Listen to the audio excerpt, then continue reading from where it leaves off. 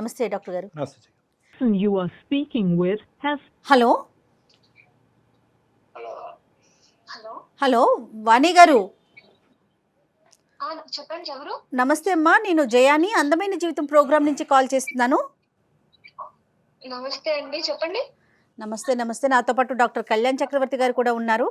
అలానే ఓకే. మీ నాన్నగారు కూడా లైన్లో ఉన్నారమ్మా. ఆయన ఒక్కసారి మీతో మాట్లాడాలి అని చెప్పేసరికి నేను మిమ్మల్ని లైన్లోకి తీసుకున్నాను. ఆయన ఒక చిన్న సమస్యని మా దాకా తీసుకొచ్చారు. ఒక సలహా కోసం మమ్మల్ని సంప్రదించారు సుమన్ టీవీని. ఏ సమస్య అండి? ఒక్కసారి మా డాక్టర్ గారు మాట్లాడతారు చూడు. వాణి నమస్తే అమ్మా. నమస్తే అండి, చెప్పండి. ఇప్పుడు ఏంటంటే నాన్నగారు ఎలా చెప్పాలో నాకు అర్థం కావట్లేదు. అంటే ఒక తండ్రిగా అతను నిన్ను చూసే కోణము వర్సెస్ నువ్వు నీ జీవితాన్ని చూసుకునే కోణము, ఈ రెండిట్ల మధ్యన జరిగినటువంటి ఒక చిన్న సంఘర్షణ. అతను ఏమంటారంటే, మా అల్లుడు గారు చాలా మంచివారు, చాలా గొప్ప పెళ్ళి, కానీ దురదృష్టం కొద్దీ ఒక సంఘటన జరిగింది. అతను అవిటివాడు అయ్యాడు, మంచాన పడ్డాడు. సేవ చేసేటటువంటి భారం అంతా కూడా చిన్న వయసులో ఉన్న ఆడపిల్ల మోస్తుంది. ఇది చూసి మేము తరుక్కుపోతున్నాము, చూడలేకపోతున్నాము. ఆ అమ్మాయికి ఒక భవిష్యత్తుని ఇవ్వాలి అని అనుకుంటున్నాము. కాబట్టి ఆ అమ్మాయిని పెళ్ళి అనే ప్రస్తావన తీసుకొస్తే ఆ అమ్మాయి అంగీకరించట్లేదు. మీ ద్వారా ఆ ప్రస్తావన తీసుకొచ్చి ఆ అమ్మాయిని అంగీకరింప చేసేటటువంటి విధంగా హెల్ప్ చేయండి అని అన్నారు. అవునండి, అంటే మీకు మొత్తం చెప్పారా నాన్నగారు? ఏమో అంటే నాన్నగారు పెద్ద వయసు, ప్లస్ ఏంటంటే ఫోన్లో అంత ఇదిగా మాట్లాడలేకపోతున్నారు. సో పూర్తిగా వివరాలు అయితే చెప్పలేకపోయారమ్మా. అవును అవును. అసలు నీ మళ్ళీ ఆలోచన పెళ్ళైందండి, నాకు ఆల్రెడీ పెళ్ళైంది కదండి.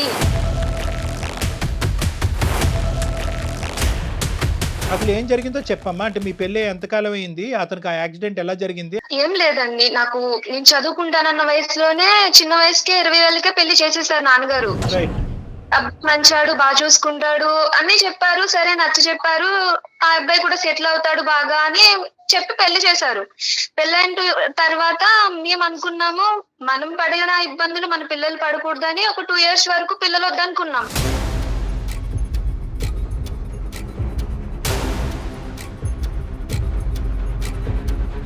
మేమంటూ కొంచెం ఫినాన్షియల్ గా సెటిల్ అయిన తర్వాత పిల్లల్ని కందాం ప్లాన్ చేసుకుందామని. మేబీ ఇంకా త్వరగానే మేము సెటిల్ అయ్యాము. 2 years లో బాగా సంపాదించుకున్నాము. అంత వెల్ సెటిల్డ్ హోమ్ తీసుకున్నాము, కార్ తీసుకున్నాము. మనకు ఇప్పుడు పిల్లల్ని చూసుకునే పొజిషన్ వచ్చింది అని ప్లాన్ చేసుకుందామని హనీమూన్ ప్లాన్ చేసుకున్నాం.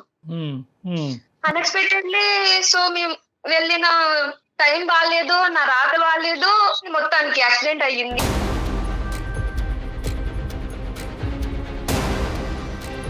అలానే నేను నా స్వార్థం చూసుకున్నాను, వదిలేసి రెండో పెళ్లి చేసుకోలేను. ఏం జరిగిందమ్మా యాక్సిడెంట్ లో? తను అంటే ఎట్లా, ఎంతవరకు డ్యామేజ్ అయింది పాపం ఆయనకి?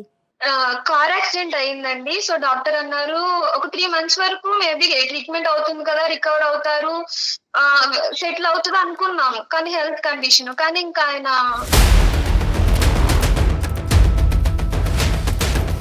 అంటే ఇప్పుడు ప్రస్తుతం ఎలా ఉన్నారమ్మా? మంచం మీద ఉన్నారా?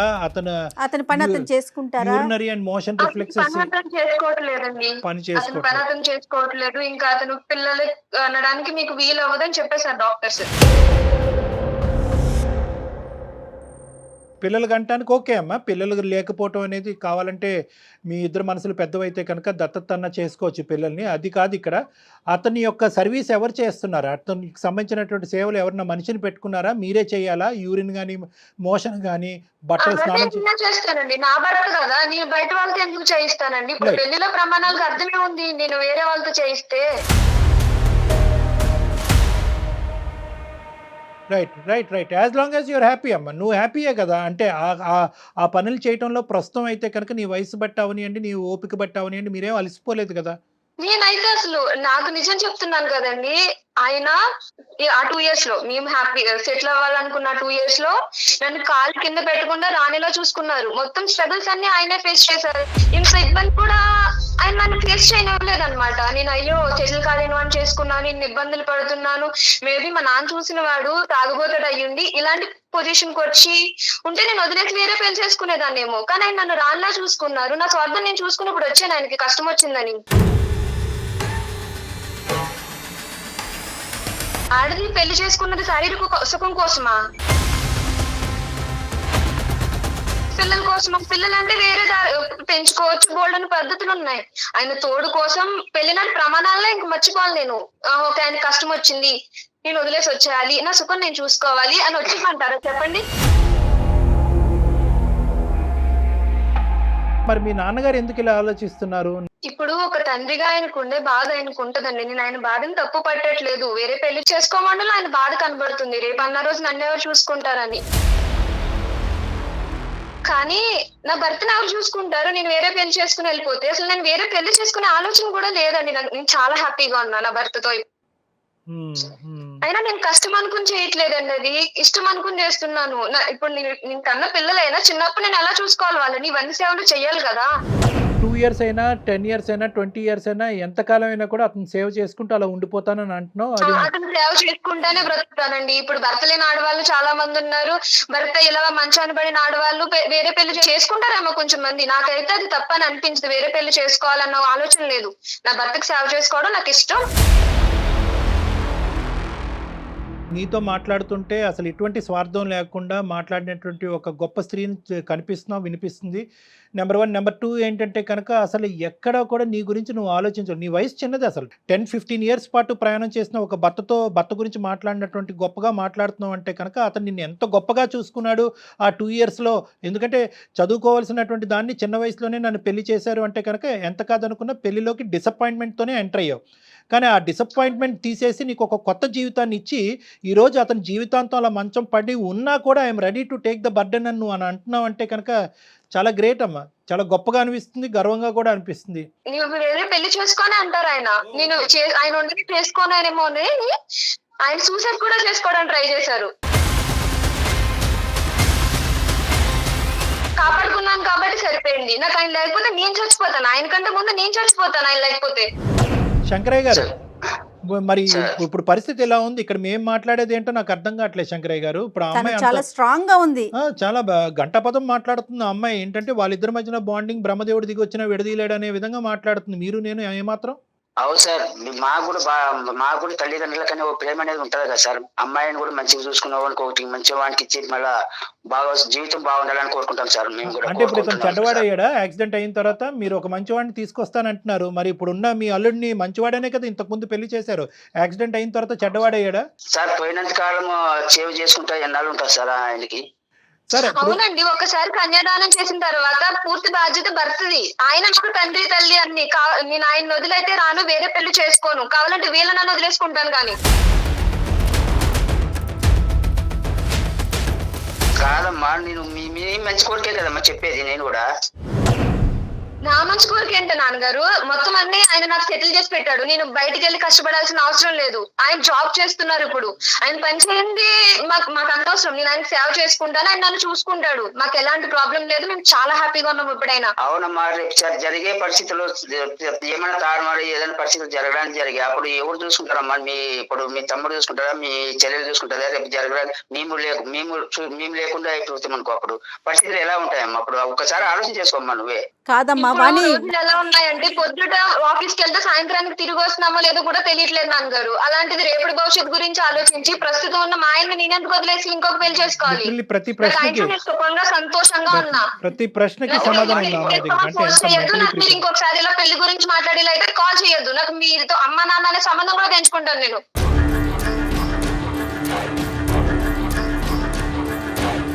అమ్మ నీ ప్రేమ కోరే కదా మమ్మీ కోరుకుంటున్నది. శంకరయ్య గారు, ప్రేమ కోరుకుని అనేటటువంటి దాని వెనకాతల ఎక్కడో చోట ఒక గిరి అనేది ఉంటుంది. అర్థమైంది కదా? మీ ప్రేమ అనేటటువంటిది ఎక్కడి వరకు వెళ్ళొచ్చు అంటే కనుక తన ప్రేమించేటటువంటి భర్త యొక్క ప్రేమను చంపకూడదు అనే అంతవరకే మీ హద్దులు.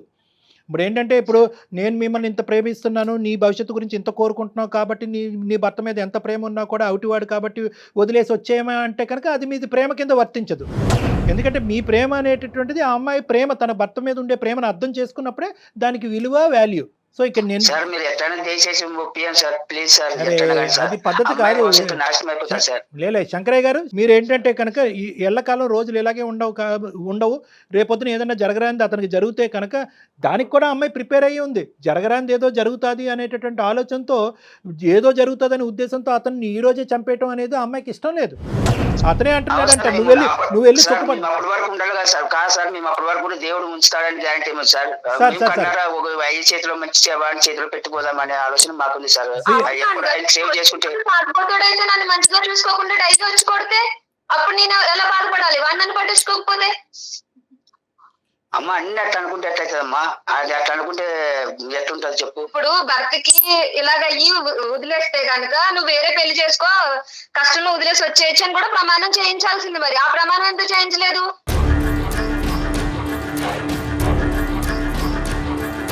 ఇప్పుడే అమ్మా, ఇప్పుడు నువ్వు ఎంతైతే కనుక నీ 2 సంవత్సరాల పాటు ప్రయాణం చేసినటువంటి నీ భర్త గురించి అంత గొప్పగా మాట్లాడి ఆ ప్రేమ గురించి అంత బలం గురించి అంత మాట్లాడుతున్నావు, 20 సంవత్సరాల పాటు కని పెంచి ఈ స్థాయి వరకు తీసుకొచ్చిన నిన్ను సుఖపడాలి అనే ఆలోచనతో తల్లిదండ్రులు మాట్లాడేటటువంటి ప్రేమతో కూడినటువంటి మాటలు, అభిప్రాయాలు వేరేనమ్మా, అభిప్రాయాలు వేరు. అవునండి, కానీ నేను అవును నాన్నగారు, నేను ఇలా బాధపడుతున్నాను, నాకు ఈ కష్టం వచ్చింది, నేను తనకు చేయలేకపోతున్నాను సేవ, మీ ఇష్ట ప్రకారం నాకు పెళ్లి చేయండి అని నేను అతని దగ్గరికి వెళ్ళి నా కష్టాన్ని చెప్పుకుంటే కదా ఆయనకు బాధపడాలి. నేను చాలా సుఖంగా ఉన్నాను, చాలా సంతోషంగా ఉన్నాను, నా భర్త నాతో మాట్లాడితే చాలు, మేము కలిసి నవ్వుకుంటే చాలు, నాకు ఇంకేం అవసరం లేదు, నాకు నా భర్త ఉంటే చాలు అని నేను అంటున్నానండి. నీ సంతోషాన్ని సుఖాన్ని నువ్వు ఒక విధంగా డిఫైన్ చేస్తున్నావు, ప్రపంచానికి ఒక విధంగా కనిపిస్తుంది. అందులో మీ తల్లిదండ్రులు కూడా ఒక భాగమే. అంటే ఏంటంటే సేవలు చేసుకుంటూ కింద మీద పడుతూ నీ జీవితం లేకుండా అనేటటువంటి విధంగా ఒకటా ఆలోచించేది. రెండోది ఏంటంటే రేపొద్దున ఏదన్నా జరగరాంది జరిగితే కనుక మా అమ్మాయి అప్పుడు మేము బతుకుండాలి కదా, అప్పుడు మా అమ్మాయి పరిస్థితి ఏంటని. అంటే తల్లిదండ్రుల పాయింట్ ఆఫ్ వ్యూలో వాళ్ళు ఆలోచిస్తున్నారు, నీకు ఒక సలహా సూచన ఇచ్చారు, ఆ సలహా సూచన నీకు నచ్చకపోతే, ఆ అభిప్రాయం నీకు నచ్చకపోతే అది ససేమిరా వద్దు నాన్న అని చెప్పండే కానీ ఈ ఆలోచన నీ బ్రెయిన్లో ఇంప్లాంట్ చేసేటటువంటి ప్రయత్నం చేస్తున్నారు. కాబట్టి మీరు ఎటువంటి తల్లిదండ్రులు ఇలా చేసేటట్టయితే కనుక నేను మరోసారి ఫోన్ ఎత్తను అంటే కనుక అది పద్ధతి కాదమ్మా. అంటే నేను అనేది ఏంటంటే నువ్వు చేసుకునేది అది నీ రైటు, నీ భర్త ఎలా ఉన్నా కూడా నువ్వు హ్యాపీ, నువ్వు నీ భర్త హ్యాపీగా ఉన్నారని అనుకుంటున్నావు, ఆ సేవలోనే నువ్వు దైవ కార్యక్రమాన్ని నువ్వు చూసుకుంటున్నప్పుడు you go ahead, no problem. కానీ దయచేసి ఏ యాంగిల్లో వచ్చి ఏ విధంగా నీ తల్లిదండ్రులు ఒక ప్రేమతో వచ్చి మాట్లాడుతున్నారో వాళ్ళని మొత్తం దయచేసి మిస్అండర్స్టాండ్ చేసుకోవద్దమ్మా. అర్థమైంది కదా? అవును సార్, కానీ నేను ఎప్పుడు నా తల్లిదండ్రులు మిస్ అవుతున్నాను, పెళ్లి చేసుకుని వచ్చాను, నాకు నాన్నని చూడాలని ఉంది, అమ్మని చూడాలని ఉంది, నా పుట్టింటికి వెళ్ళాలని ఉంది అని నాకు ఎప్పుడు అనిపించలేదు. నన్ను అంత బాగా చూసుకున్నారు, వీళ్ళకంటే బాగా చూసుకున్నారు నన్ను ఆయన.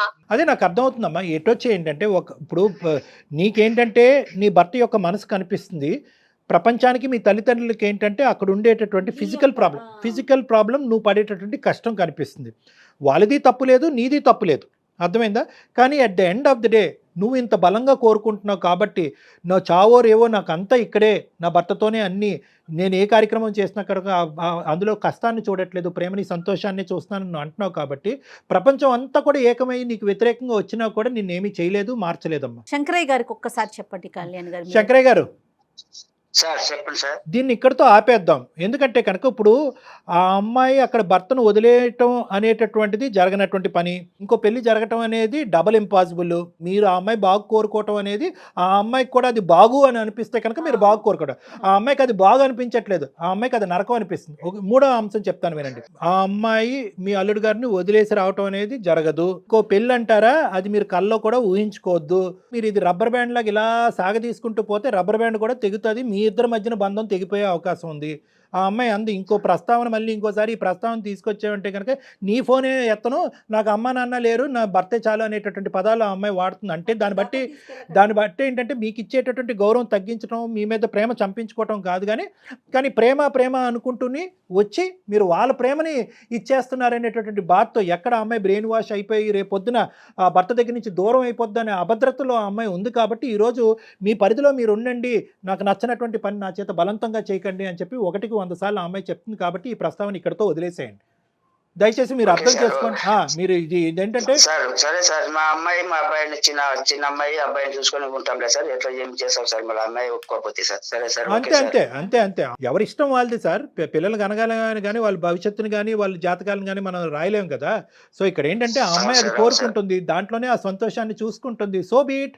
ఇంకా మీ అమ్మాయి వచ్చి తలనెత్తి నోరు బాదుకుని నాన్న నా జీవితం ఇలా అయిపోయిందంటే కనుక అప్పుడు వేరే విషయం. ఇప్పుడు మీరు కీడించి మేలించాలన్నట్టుగా రేపొద్దున్న ఏదైనా జరిగితే అంటున్నారు కదా, జరిగినప్పుడు చూద్దాం. అవును. ఇప్పుడు మనం ఎట్లా చెప్పగలుగుతాం? రేపు జరగబోయే సుఖం గురించి ఇప్పుడు ఉండేటటువంటి నరకాన్ని అనుభవిస్తారా వాళ్ళిద్దరు? కాదు కదండి. ఇప్పుడు నరకాన్ని అనుభవించమంటారా విడిపోయి? అది కరెక్ట్ కాదు. సో రేపు పొద్దున ఏదైనా అవును సార్, అవును సమస్య సార్. వస్తే కనుక అప్పుడు సంగతి అప్పుడు చూద్దాం. అర్థమైంది కదా? Okay sir, right okay right. Sir, okay sir. Right అమ్మా, okay thank you sir. So much Vani. Okay ma'am. Okay కానీ సార్. ఆ అమ్మాయి చిన్న వయసు అయినా ఎంత స్ట్రాంగ్ గా మాట్లాడుతుంది కళ్యాణి గారు. అంటే అదే నేను చెప్తున్నానమ్మా, ఆ అమ్మాయికి హ్యాట్స్ ఆఫ్. ఇందాక చెప్పినట్టుగా ఏంటంటే పెళ్లిలో ఉండే పవిత్రతని చాలా చిన్న వయసులో అర్థం చక్కగా చేసుకుంది. అర్థం చేసుకుంది. ఇష్టం లేకుండా కష్టమైనా కూడా పెళ్లిలోకి ఎంటర్ అయిన తర్వాత పెళ్లి యొక్క విలువ, అంటే పెళ్లి యొక్క పవిత్రత, పెళ్లి యొక్క వాల్యూ అది మేడం. అంటే అవును. ఏంటంటే దట్ అంతే కదండి. when there is a bonding and relationship, అది ఒకటి.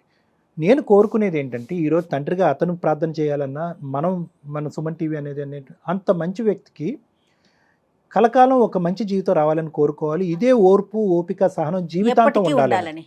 ఎందుకంటే చిన్న వయసులో ఉండే సహనం, ఓపిక రేపొద్దున పెద్ద వయసు వచ్చిన తర్వాత ఉంటుందా ఉండదా అనేది మనకు తెలీదు. అయినా కానీ ఉండేటట్టుగానే ఆ అమ్మాయి ఒక మాట తీరు, పద్ధతి, వ్యవహారం అనిపిస్తుంది. కాబట్టి ఖచ్చితంగా వాళ్ళిద్దరి జీవితాలకి మంచి ఆయుష్ పోస్తాడు భగవంతుని ప్రార్థిస్తున్నాము. తప్పకుండా అండి. Thank you so much Kalyani గారు. నమస్తే అండి. నమస్తే.